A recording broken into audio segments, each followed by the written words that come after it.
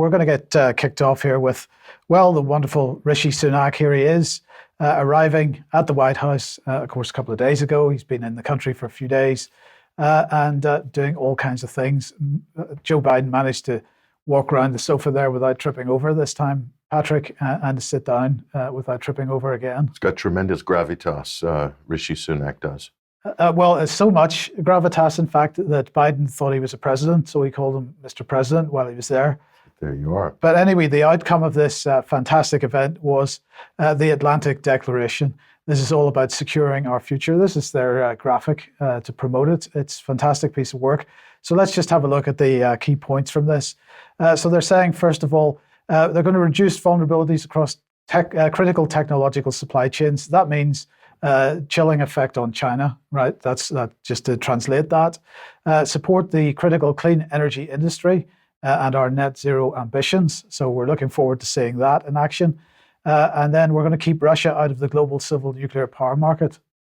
Fantastic. So Chinese, freezing Chinese out, deindustrialization, and keeping, again, more tariffs and sanctions and so forth. And making sure Russia can't provide any energy to the rest of the world. So balkanizing the global economy and deindustrialization. Absolutely. It gets better. Here we go. Research collaboration on AI, future telecoms, that's 5G and 6G, quantum computing, semiconductors, and engineering biology. That's genetic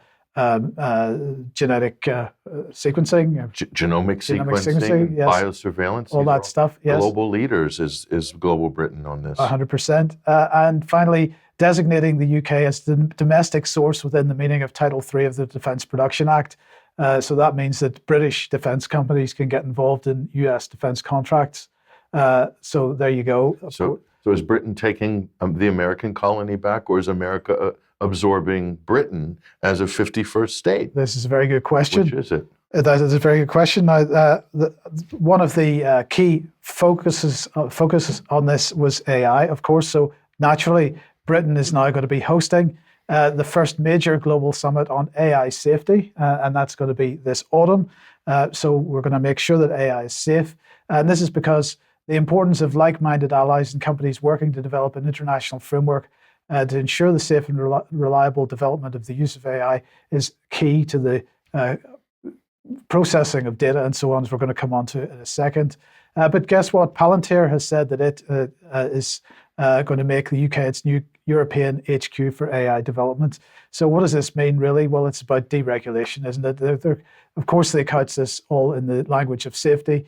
But this is about deregulation and making sure that the big AI companies can do whatever the heck they like at any particular time. What does government want out of this, though? They want the automation that these AI applications are going to provide. That's automation for what? For anything you can imagine: censorship, interfacing with government, quote, customer service, and the list goes on and on. Data collection, data surveillance, etc. Exactly. So that's why they've also announced what they're describing as a data bridge between the UK and the United States, because big data flows, this is really key.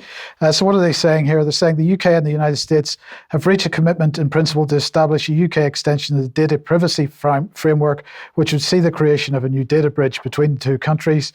US companies who are approved to join the framework, could be genomic sequencing, could be any kind of surveillance, biosurveillance, all that kind of stuff, would be able to receive UK personal data under the new data bridge, basically without restrictions. So it totally subverts data protections for the UK, for UK citizens. Is that not a violation of GDPR?